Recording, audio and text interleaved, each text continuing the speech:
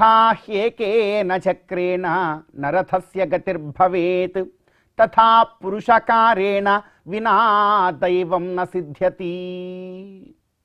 అత్యంత పవిత్రమైనటువంటి ఈ మార్గశిర మాసంలో శుభోదయ వేళలో దేవదేవుడైనటువంటి శ్రీమన్నారాయణుణ్ణి, కలియుగ ప్రత్యక్ష దైవమైనటువంటి శ్రీ వెంకటేశ్వర స్వామి వారిని పరిపరి విధాలుగా శరణాగతి చేస్తూ ఉత్తమమైన ఈ మార్గశిర మాస శుభోదయ సమయాన్ని మనం చరితార్థం చేసుకుంటూ ఉన్నాం.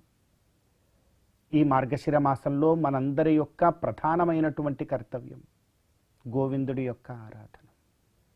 ఆ గోవిందుడి యొక్క ఆరాధనాన్ని ఎంతగా భక్తి ప్రపత్తులతో మనం చేయగలుగుతామో అంత గొప్పదైనటువంటి ఫలాన్ని మరి మనందరం కూడా మన జీవితాలలో పొందగలుగుతాం. ఆరాధనము అంటే అది పరిపూర్ణమైనటువంటి విశ్వాసంతో చేయవలసినటువంటి ఒకానొక గొప్ప క్రియ. ఆ క్రియని విఖనోమునీంద్రుల వారు ఎంతో గొప్పగా మనల్ని అందరికీ కూడా ఎలా చెయ్యాలో అనుగ్రహించి ఉన్నారు. భక్త్యా భగవంతం నారాయణమర్చయేత్ తద్విష్ణో పరమం పదం గచ్చతీతి విజ్ఞాయతే అంటూ ఎంతో గొప్పగా వారు మనకు ఉపదేశించినటువంటి ఆ ఆరాధనా మార్గంలో ఎంతగా మనం మరి ముందుకు వెళ్ళగలమో అంత గొప్పదైనటువంటి ఫలాన్ని మరి మనందరం కూడా పొందగలుగుతాం. అందుకే అంటున్నాం, యథా హ్యేకేన చక్రేణ నరథస్య గతిర్భవేత్. అయ్యా, ఒక రథమున్నది, ఆ రథము ఏదైనా కావచ్చుగాక, ఒకే ఒక చక్రంతో నడుస్తుందా? నడవదు కదా. ఎడమ వైపున మరియు కుడి వైపున అన్ని వైపులా రథమునకు చక్రము ఉంటే తప్ప అది సరైనటువంటి మార్గంలో పోలేదు.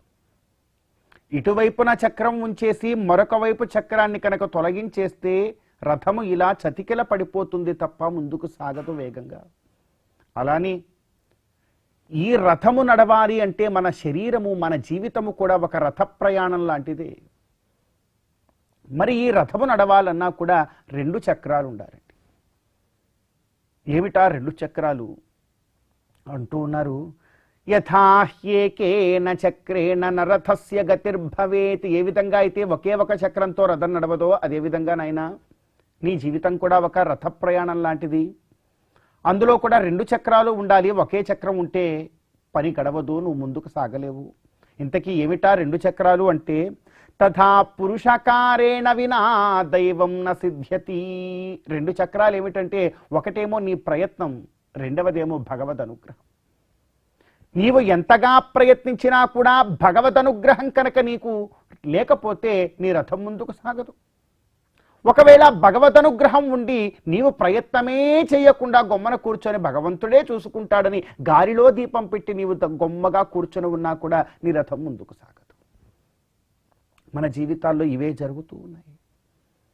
విపరీతంగా మనం ప్రయత్నిస్తూ ఉంటాం, భగవద్ అనుగ్రహం తోడవుతుందా అవదా అది మళ్ళీ భాగ్యం పూర్తిగా ఫలించేదాకా మనకు అర్థం కాదు.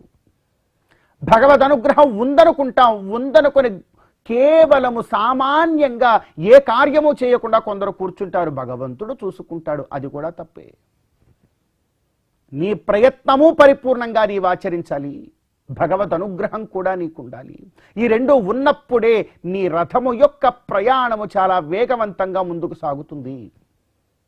భగవద్ అనుగ్రహం నీకు కావాలి అంటే ఆ భగవత్ కైంకర్యాన్ని మరి విఖనోమునీంద్రుల వారు చెప్పినట్టుగా నీవు గనక చక్కగా భక్తి శ్రద్ధలతో ఆచరించి నీ ప్రయత్నాన్ని, నీ యొక్క స్వధర్మాన్ని కనుక నీవు ఆచరిస్తూ ఉన్నావంటే చాలయ్య, నీ జీవితంలో నీ యొక్క రథము ఖచ్చితముగా ముందుకు సాగే లక్ష్యాన్ని చేరుకుంటుంది అంటూ ఉన్నారు.